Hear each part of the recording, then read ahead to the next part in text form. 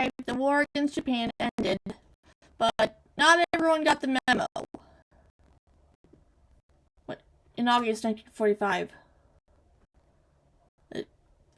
Japan surrendered after they were annexed twice. Not everyone got the memo, though. It's October the 19th, 1972. Farmers on the northern shore of Lubang Island in the Philippines are running for their lives. In this serene setting, they've glimpsed a terrifying sight emerge from the jungle. Now coming towards them through the fields are two Japanese men in tattered military uniforms, firing shots into the air. These men are something from another time. Second Lieutenant Hiroo Onoda and Private First Class Kinshichi Kazuka of the Imperial Japanese Army. Frightened though the farmers are, they have become somewhat used to this bizarre and dangerous situation. If Onoda and Kazuka look like something from another era, that's because they are. Yeah, they did not get the memo. Nearly 3 decades, and believe it or not, the Second World War is still going on. They got the memo, they just didn't listen. One farmer fetches the police. As the authorities approach Onoda and Kazuka, they are busy taking whatever supplies they can get their hands on. There used to be a group of 4. Private Yuichi Akatsu didn't have the staying power of the other men and deserted in 1949. And Shoichi Shimada had been shot in 1954. The fatal mistake the Japanese soldiers make is to try and burn one more pile of rice. As food goes up in flames, it gives the police just the time they need to close in. A gun battle breaks out. Kazuka is struck in the shoulder. Thinking his comrade and friend is dead, Onoda slips back into the forest. The police give chase, but Onoda mounts into the forest like a ghost. This game of cat and mouse has been going on since 1945 on this tiny island of just 45 square miles. Oh my god. On February the 28th, 1945, the Americans started the recapture of Lubang. Initially, ships fired barrages while the planes bombed the Japanese positions. Left behind by the retreating Japanese forces, Onoda was to head up a cell that would continue to fight a guerrilla war. His commanding officer, Major Taniguchi, had ordered him in 1945 to never surrender, forbidding those Japanese left behind to die. He autistically obeyed orders. By their own hand, they were to continue the struggle against the enemy until the victorious Imperial Japanese Army returned. Unfortunately for Onoda and his men, Taniguchi himself surrendered shortly afterwards. Oh no. Onoda's only option was to retreat into the mountains where the men were on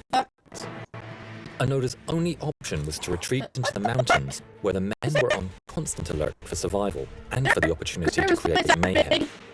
As the war ended, B-17s dropped leaflets to convince the holdout soldiers to surrender.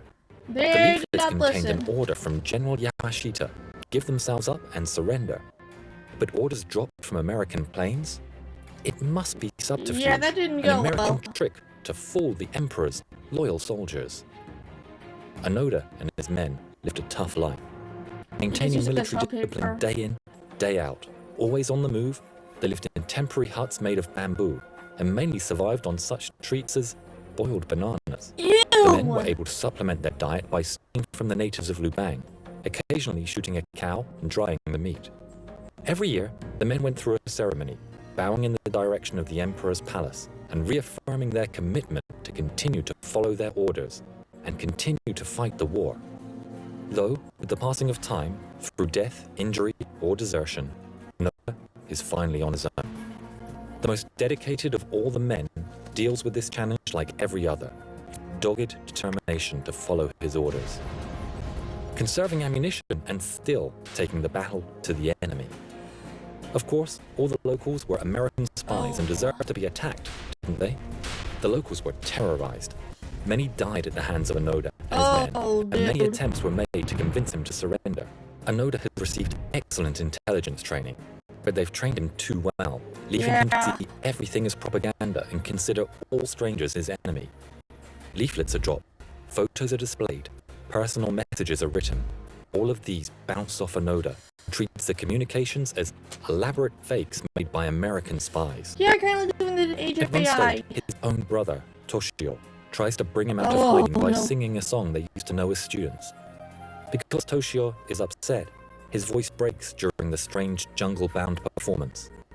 Listening intently and hiding, Onoda takes this as proof of a trickster who isn't able to impersonate Toshio's voice properly. Eventually, the responsibility for finding Onoda rests on one man, Norio Suzuki. Suzuki is a young adventurer. As well as Onoda, he's looking to track down a panda and a yeti on his travels. What? It's 1974. He's looking to track down a panda and a yeti on his travels. There's a yeti and there's a panda. I wonder It's why he's setting those 1974. down. Just 4 days into his epic search, Suzuki comes face to face with Onoda. The seasoned soldier sneaks up on the intruder, aiming his rifle. Are those fucking Suzuki rocks? says his prayers, expecting the worst. But fortunately for him, there's one small detail that saves his life. His socks. Onoda notices the young man's inappropriate dress code of socks and rubber shoes. It's a clear sign the man is just a tourist of some kind. And so, after all these years, Onoda decides to trust him. He told this hippie boy that if he were to receive an order to surrender from a superior officer, his war would finally end. Traveling to the Philippines, Taniguchi finally gives Onoda the order to surrender in a ceremony. President Marcos pardons Onoda for the deaths of up to 50 local people Damn. and the injury of over 100 more. Shit. His military service now over, he is able to return home to Japan. The Japan of the 1970s isn't a huge surprise to the 50-year-old Onoda. He and Kazuka stole a transistor radio in the 60s where they heard all Yeah. about jet planes and color television. At the time, they assumed that many of the details were invented, but now he knows the fantasy is in fact reality. He was received in Japan as a hero, particularly from the older generation. There were queues of people lining up to meet the brave soldier whose strength of character and duty caused him to keep fighting a war that had long finished. He became the center of attention and wrote a book about his story.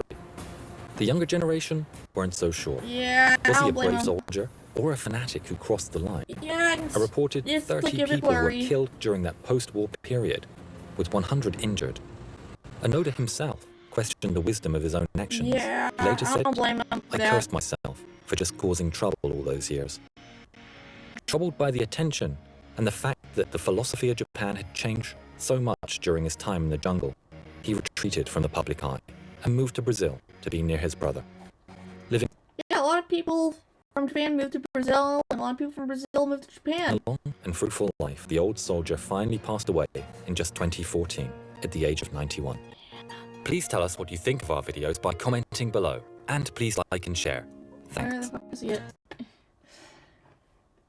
I wonder what the fuck was up with the guy looking for a Yeti. Also, I kind of feel bad for Hiroo Onoda. I feel bad for the guy. Probably wasn't easy for him. See you next one. Later.